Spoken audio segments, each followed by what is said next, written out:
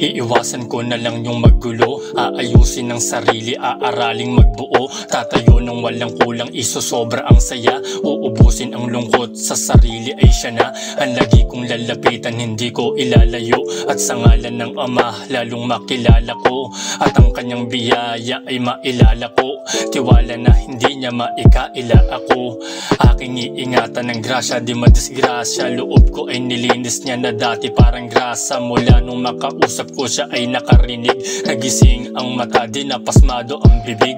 Na dati ay walang katuturan ang sinasabi. Biyaya ang kanyang kahulugan na sinasalin. Salamat po Ama sa mga taong nakilala. Amnesia ng sakit, gamot nyo ang nagpaalala.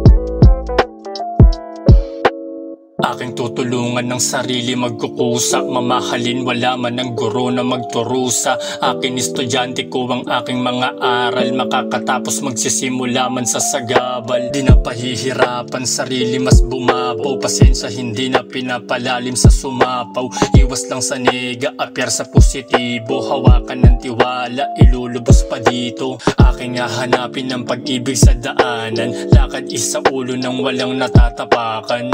Maluwag na paghinga, maaliwalas. Sakit na sa kahon ay malaya ng tumakas. Mas mainam kapag rumerespeto. Pagmamahal sa puso mo dumidiretso. Hindi ka na pababayaan, iingatan. Haligi mo ako sa pag-ibig na iilawan.